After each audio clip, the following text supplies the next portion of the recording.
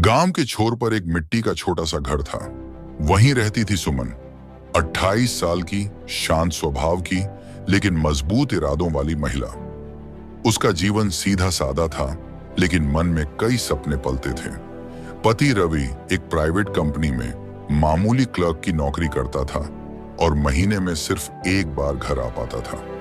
एक दिन सुमन ने जैसे ही जांच की रिपोर्ट देखी, उसका दिल जोर से धड़क उठा। वह मां बनने वाली थी। शुरुआत में उसे यकीन नहीं हुआ। वह आईने में खुद को देखती और मुस्कुराती।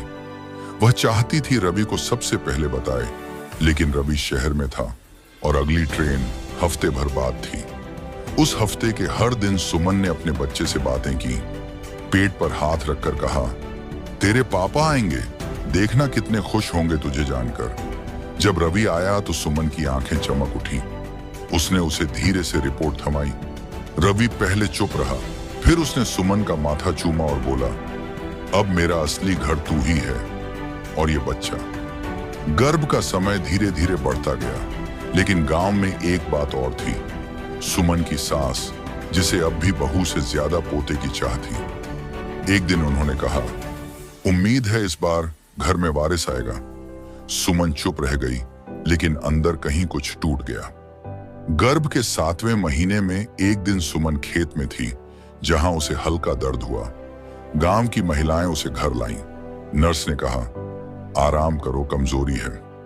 लेकिन घर के काम, सास की बातें और रवि की नौकरी की चिंता, ये सब उसके भीतर दबा हुआ था। एक रात जब सुमन को नींद नहीं आ रही थी, उसने चुपचाप एक डायरी खोली और लिखा, बच्चा चाहे बेटी हो या बेटा, मैं उसे वो बनाऊंगी जो इस समाज की बंद सोच से ऊपर उठे। मैं उसे डर नहीं, सपने दूंगी। अंततः वह दिन आया। बारिश की रात थी, बिजली चली गई थी। गांव की दाई आई और सुमन प्रसव पीड़ा से जूझने लगी। पूरा घर टेंशन में था। रवि उसके पास बैठा था, उसका हाथ थामे हुए। कई घंटे बाद एक रोने की आवाज आई। बेटी हुई थी। सास ने मुंह बनाया, बेटी? लेकिन रवि ने बेटी को गोद में उठाया और बोला, ये मेरी रानी है और तेरा नाम होगा आर्या, क्योंकि तू जन्म से ही योद्धा है। सुमन की आंखों से आंसू बह निकले। वह थक चुकी थी, लेकिन उसकी बाहों में जो जान आई थी, वो उसे नई ताकत दे रही थी। कुछ महीने बाद गांव की लड़कियां सुमन के पास आती, उसे सवाल पूछती और सुमन कहती, बेटियां कमजोरी नहीं, क्रांति होती हैं। उस दिन से गांव की सोच थोड़ी बदली और सुमन के आंगन में जो किलकारी गूंजी थी, उसने सिर्फ एक घर नहीं, एक सोच को जन्म दिया था। Thank you for watching. Subscribe करना चैनल को ऐसी ही वीडियो देखने के लिए।